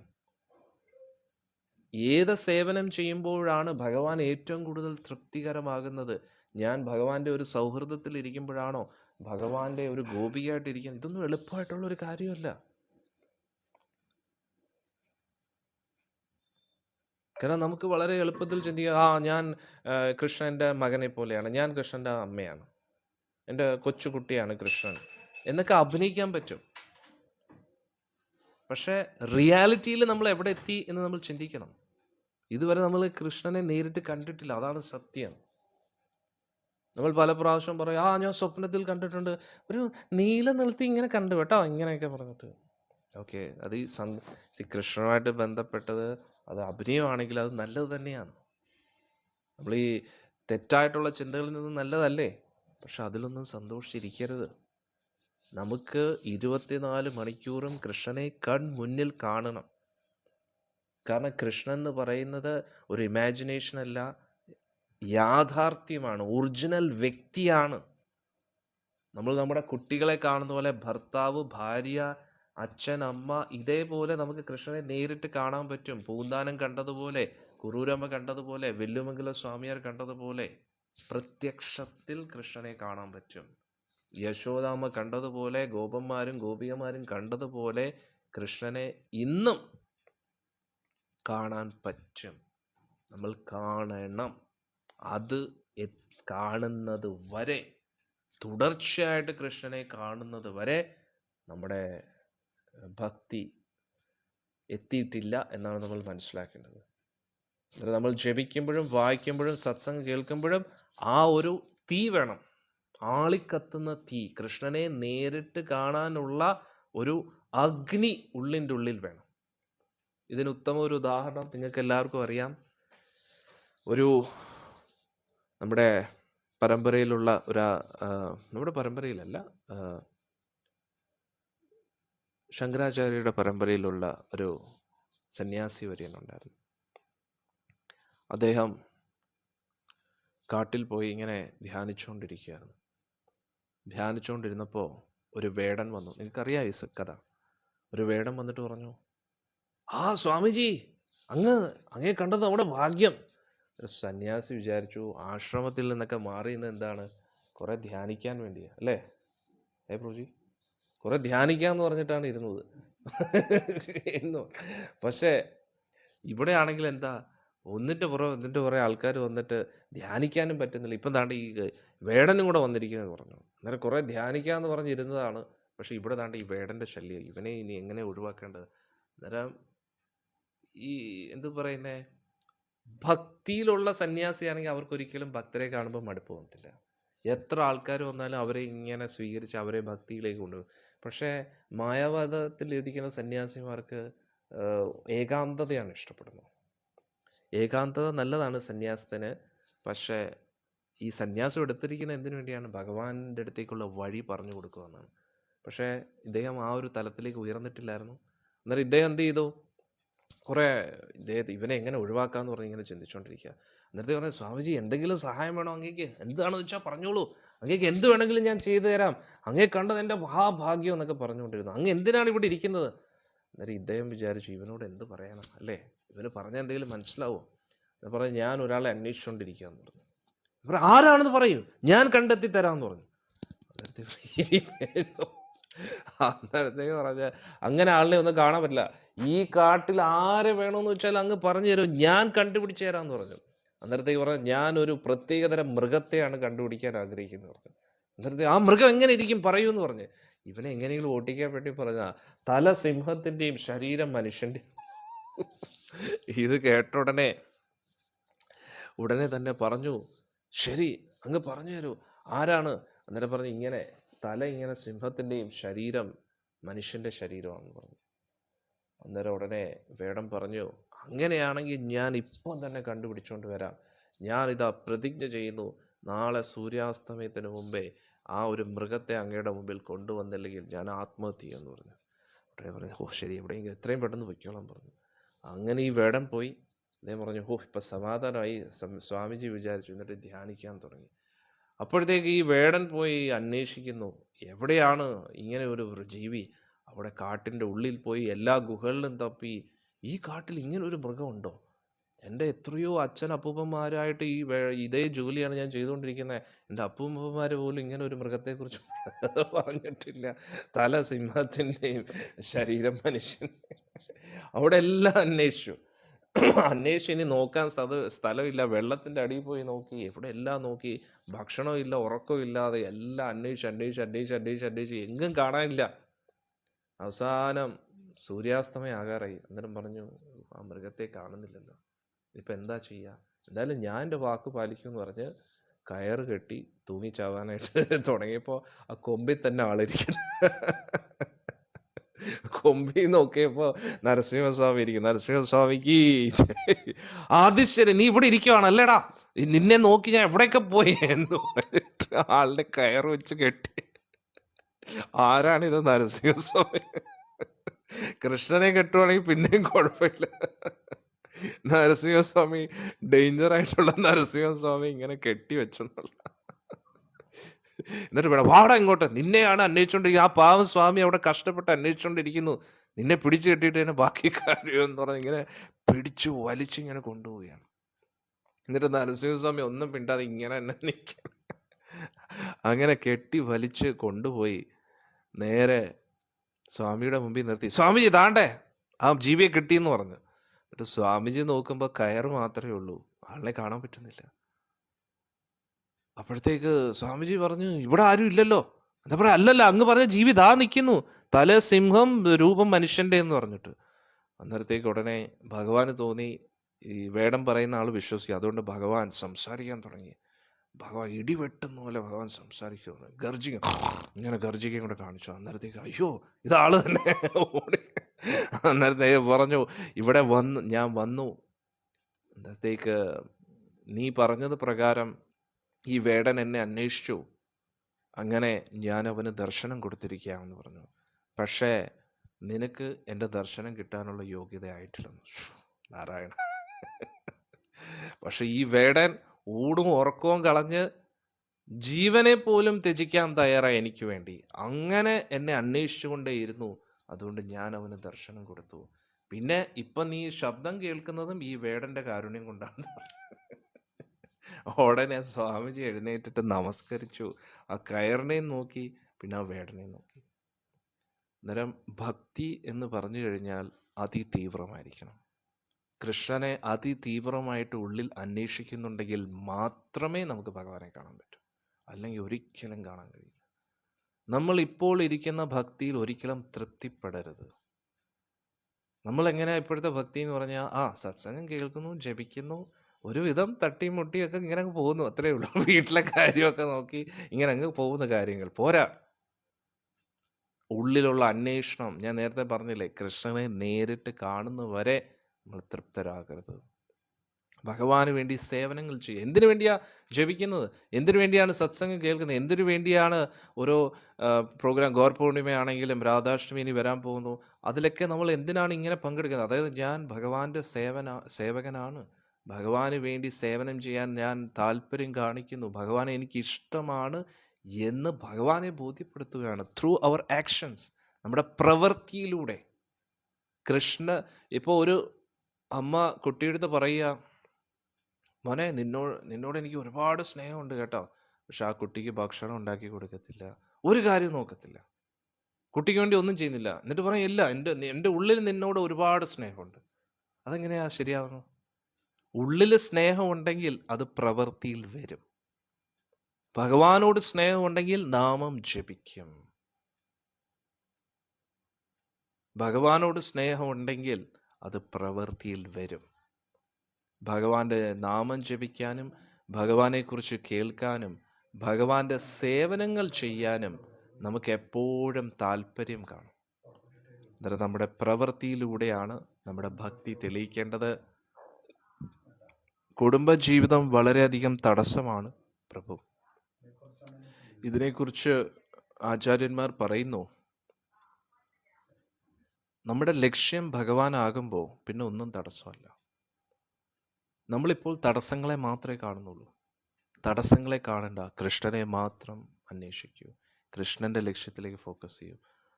കൃഷ്ണനാകാണ് നമ്മുടെ ലക്ഷ്യമെങ്കിൽ ഓട്ടോമാറ്റിക്കലി കുടുംബജീവിതം എല്ലാം ശരിയാവും. ഇപ്പം നമ്മൾ ഇത് വേണോ അത് വേണോ, ഇതാകുമ്പോൾ ഇതാവുമല്ലോ, അങ്ങനെ ഒരു കൺഫ്യൂഷനിലായിരിക്കുന്നത്. നമ്മൾ ആത്മാർത്ഥമായിട്ട് ഭഗവാന്റെ നാമവും ജപിച്ച് ഭഗവാന്റെ സേവനം നമ്മുടെ കഴിവിൻ്റെ പരമാവധി ചെയ്യാൻ ശ്രമിക്കുമ്പോൾ എല്ലാം ശരിയാവും. രാധാഷ്ടമി എന്നാണ്? ഓക്കെ, ഇന്ന് തന്നെ ഡേറ്റ് നോട്ട് ചെയ്തോളൂ, സേവ് ദ ഡേറ്റ്. ഡേറ്റ് എല്ലാവരും നോട്ട് ചെയ്തോളൂ. രാധാഷ്ടമി ഇപ്രാവശ്യം അടിപൊളിയാക്കണം, അതിന് നിങ്ങളുടെ എല്ലാവരുടെയും.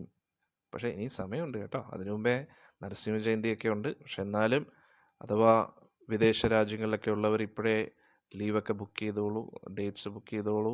രാധാഷ്ടമി വരുന്ന ഡേറ്റ് സെപ്റ്റംബർ 11. ഓക്കെ, അന്നേരം ഓഗസ്റ്റ് 19 ബൽരാമ ജയന്തി. ബൽരാമ ജയന്തി മുതൽ ഭാഗവത സപ്താഹം, നമ്മുടെ ആശ്രമത്തിലെ രണ്ടാമത്തെ ഭാഗവത സപ്താഹം ഉണ്ടായിരിക്കും. 26 തീയതി അഷ്ടമി രോഹിണി, നമ്മുടെ നായകൻ അവതരിച്ച ദിവസം. ബൽരാമ ജയന്തി മുതൽ ഭാഗവത സപ്താഹം ഉണ്ടായിരിക്കും. ബൽരാമ ജയന്തി മുതൽ സെപ്റ്റംബർ 11 വരെ രാധാഷ്ടമി ആഘോഷമാണ്. ഹരിബോൾ. അന്നേരം തുടക്കം സപ്താഹമായിരിക്കും. അതിനുശേഷം പല പല ശാസ്ത്രങ്ങളിൽ നിന്നും 27 പ്രഭുപാദി അവതരിച്ച ദിവസം അന്നും ആഘോഷമുണ്ട്. പിന്നെ 27 ഒരു പ്രത്യേകത ഉണ്ട്, ഉറിയടി മത്സരമുണ്ട്. പിന്നെ ഈ പ്രാവശ്യത്തെ ഉറിയടി ജില്ലാ തലത്തിലായിരിക്കും. നമ്മുടെ ജില്ലാ ഗ്രൂപ്പിനെ പ്രതിനിധീകരിച്ച് മാതാജിമാർ പങ്കെടുക്കുന്ന ഉറിയടി മത്സരം. എങ്ങനെയുണ്ട്? അടിപൊളിയല്ലേ? പേടിക്കണ്ട. 2 താഴെ മാതാജിമാർ നിൽക്കും, അതിൻ്റെ മുകളിൽ മാതാജിമാർ, പിന്നെ 3ാമത്തെ ലെയറിൽ ആരെങ്കിലും ഒന്ന് പൊട്ടിച്ചാൽ മതി. അന്നേരം 3 ആൾ പൊക്കം. 3 ആൾ പൊക്കം എന്ന് പറഞ്ഞാൽ കൊച്ചുകുട്ടികളെയൊക്കെ നിങ്ങൾക്ക് പങ്കെടുപ്പിക്കാം. ആണുങ്ങൾക്ക് 5 ആൾ പൊക്കം അല്ലേ?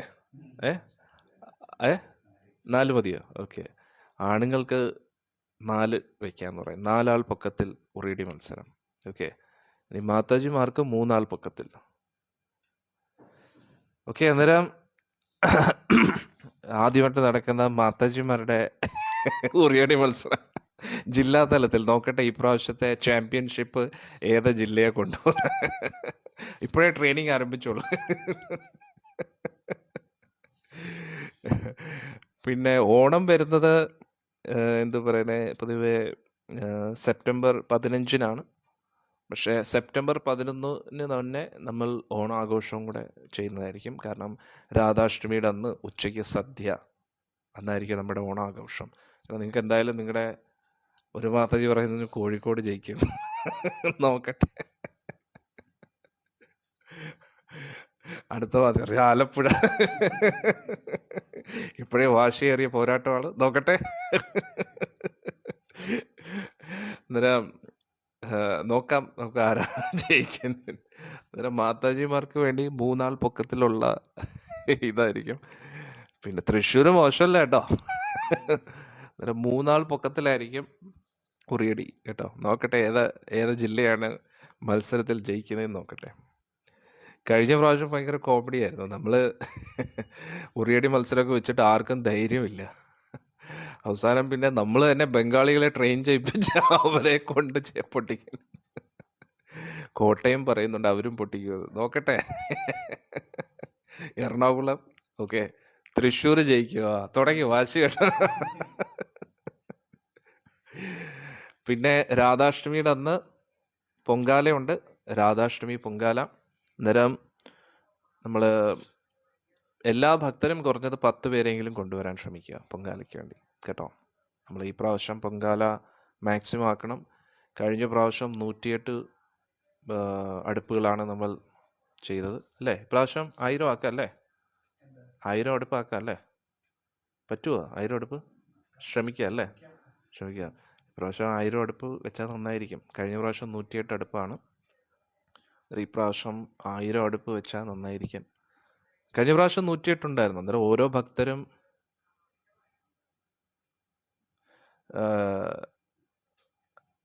ഓക്കെ, നമ്മുടെ ഭക്തർ ഇന്ന് വരാഹ ജയന്തിയോടനുബന്ധിച്ച് വരാഹ ക്ഷേത്രത്തിലെത്തി. വരാഹസ്വാമിക്ക് ചെയ്തോളൂ. അന്നേരം അവിടെ ഇന്ന് കീർത്തനമുണ്ട്. അടിയന് പോകണമെന്നുണ്ടായിരുന്നു. പിന്നെ വരാഹ ദ്വാദശിയുടെ അന്ന് നമ്മളവിടെ പോയിരുന്നു, കീർത്തനം ചെയ്തിരുന്നു. പക്ഷെ നാട്ടിലെ ഇതനുസരിച്ച് ഇന്നാണ് അവിടെ വരാഹ ജയന്തി. അവിടെ ഭക്തരെല്ലാവരും ഒത്തുകൂടി അവിടെ കീർത്തനം നടക്കുന്നുവെന്ന് പറയുന്നു. നോക്കട്ടെ. ഓക്കെ. അന്നേരം നമ്മുടെ ജീവിതത്തിൻ്റെ ലക്ഷ്യം ഭഗവാന്റെ സേവനം ചെയ്യുക എന്നതാണ്.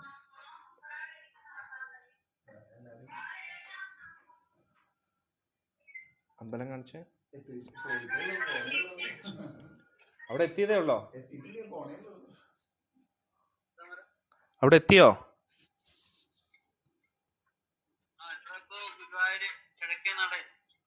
ഓഹോ, ശരി ശരി. ഓ, ഗുരുവായൂരെത്തി.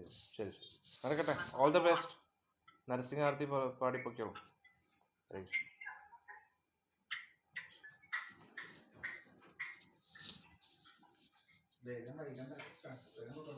ഹരേ കൃഷ്ണ.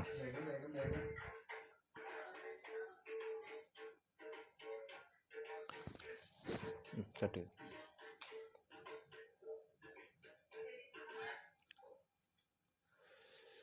അന്നേരം ഇന്ന് വരാഹസ്വാമി ക്ഷേത്രത്തിൽ നാട്ടിലെ ഇതനുസരിച്ച് വരാഹ ജയന്തി ഇന്നാണ്. അതുകൊണ്ട് അവിടെ എനിക്ക് പോകാൻ കഴിഞ്ഞില്ല, ഇവിടെ ട്രീറ്റ്മെൻ്റ് ആയതുകൊണ്ട്. അതുകൊണ്ട് നമ്മുടെ ഭക്തർ കുറച്ച് പേര് പോയി. ഇനി ഇപ്രാവശ്യത്തെ രാധാഷ്ടമി അതിഗംഭീരമാക്കണം. ഇപ്പോഴേ നിങ്ങൾ പ്ലാൻ ചെയ്തോളൂ. നമ്മുടെ സത്സംഗത്തിലുള്ള ഓരോ ഭക്തരും മാക്സിമം ഭക്തരും പങ്കെടുക്കാൻ ശ്രമിക്കുക, അല്ലേ? ഓരോ ഭക്തരും 10 ഭക്തരെ കൊണ്ടുവന്നു കഴിഞ്ഞാൽ, അല്ലേ, 1000 അടുപ്പ് എന്തായാലും നമുക്ക് ചെയ്യാൻ പറ്റും എന്ന് വിചാരിക്കുന്നു. 1000 അടുപ്പ് ചെയ്യണം കേട്ടോ. അതിന് അടിയനെ സഹായിക്കുക. രാധാറാണി ഒരുപാട് സന്തോഷിക്കും, ഗുരുവായൂരപ്പ ഒരുപാട് സന്തോഷിക്കും. അതുകൊണ്ട് 1000 കുടം പൊങ്കാല നമുക്ക് ചെയ്യണമെന്ന് വിചാരിക്കുന്നു. നല്ല മഴയായിരിക്കും. കുട പിടിച്ച് നല്ല രസമായിരിക്കും അല്ലേ, കുടയും പിടിച്ചുള്ള പൊങ്കാല. ഹരേ കൃഷ്ണ. പിന്നെ ഡ്രാമയൊക്കെ ഉണ്ട്. 1 മാസത്തെ ആഘോഷമല്ലേ, എല്ലാ ദിവസവും പരിപാടികളൊക്കെ ഉണ്ട്. അന്നേരം ഇന്ന് നമ്മൾ ചർച്ച ചെയ്ത പോലെ നിങ്ങൾ ഭക്തർ വിഷമിക്കേണ്ട ആവശ്യമില്ല. കുടുംബജീവിതത്തിനോടൊപ്പം ഉള്ളിൻ്റെ ഉള്ളിൽ നിന്ന് വിരക്തി എടുക്കുക. പുറമേ ഉള്ള വിരക്തി ആർക്കും പെട്ടെന്ന് എല്ലാം ഉപേക്ഷിച്ചിട്ട് വരാൻ പറ്റും. പക്ഷെ മനസ്സുമായിട്ടുള്ള ആ ഒരു യുദ്ധം എപ്പോഴും നിലനിൽക്കും. അതുകൊണ്ട് ആദ്യം മനസ്സിനെ കീഴ്പ്പെടുത്താൻ ശ്രമിക്കുക. മനസ്സ് ഭഗവത് ഭക്തിയിൽ പൂർണ്ണമായിട്ടും മഗ്നരാക്കാൻ ശ്രമിക്കുക. അതിനുവേണ്ടി ഒന്നുമില്ല, ഭഗവാന്റെ 16 മാല മുടങ്ങാതെ കൃത്യമായിട്ട് ഭഗവാന്റെ 16 മാല ഹരേ കൃഷ്ണ മഹാമന്ത്രം 108 പ്രാവശ്യം ജപിക്കാൻ ശ്രമിക്കുക. 108 16 മാല. അതിനോടൊപ്പം 4 യമനിയമങ്ങൾ പാലിക്കുക സ്ട്രിക്റ്റായിട്ട്. പിന്നെ ദീക്ഷ എടുക്കാത്ത ഭക്തർ ദീക്ഷ എടുക്കുക. ദീക്ഷ എടുത്ത ഭക്തർ ദീക്ഷാ നിയമങ്ങളൊക്കെ പാലിച്ചുകൊണ്ട് വേറൊന്നുമില്ല, 16 മാല ജപം, 4 യമനിയമങ്ങൾ. എന്നിട്ട് ബ്രാഹ്മൺ ദീക്ഷ എടുത്ത ഭക്തജനങ്ങൾ ഗായത്രി മന്ത്രം തുടരുക. രാധാഷ്ടമി സെപ്റ്റംബർ 11. അന്നേരം എല്ലാ ദിവസവും വരാൻ പറ്റിയില്ലെങ്കിലും രാധാഷ്ടമി ദിവസം നിങ്ങൾ ഓരോ ഭക്തരും ഒരു 10 പേരെങ്കിലും കൊണ്ടുവരണമെന്ന് അഭ്യർത്ഥിക്കുന്നു. രാധാഷ്ടമി ദിവസം, അന്നത്തെ ദിവസം വലിയ രീതിയിൽ നമുക്ക് രാധാഷ്ടമി പൊങ്കാല ചെയ്യണം എന്ന് പറയുന്നു കേട്ടോ. അന്നേരം പറ്റുന്ന ഭക്തരെല്ലാവരും ശ്രമിക്കുക, ഇപ്പോഴേ പ്ലാൻ ചെയ്യുക.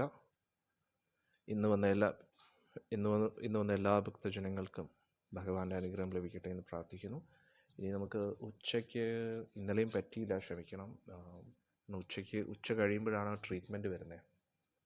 ആ പ്രസാദം കഴിച്ചിട്ട് പിന്നെ ഉടനെ ട്രീറ്റ്മെൻറ്റിൻ്റെ സമയമായതുകൊണ്ടാണ് ഉച്ചയ്ക്കലത്തെ സത്സംഗം മുടങ്ങുന്നത്. നമുക്ക് പ്ലാൻ ചെയ്യാം, എങ്ങനെയാണ് പറ്റുന്നത് നമുക്ക് മാക്സിമം നോക്കാം. പിന്നെ വൈകുന്നേരത്ത് മഹാഭാരതം 7 മണിക്കുണ്ട്.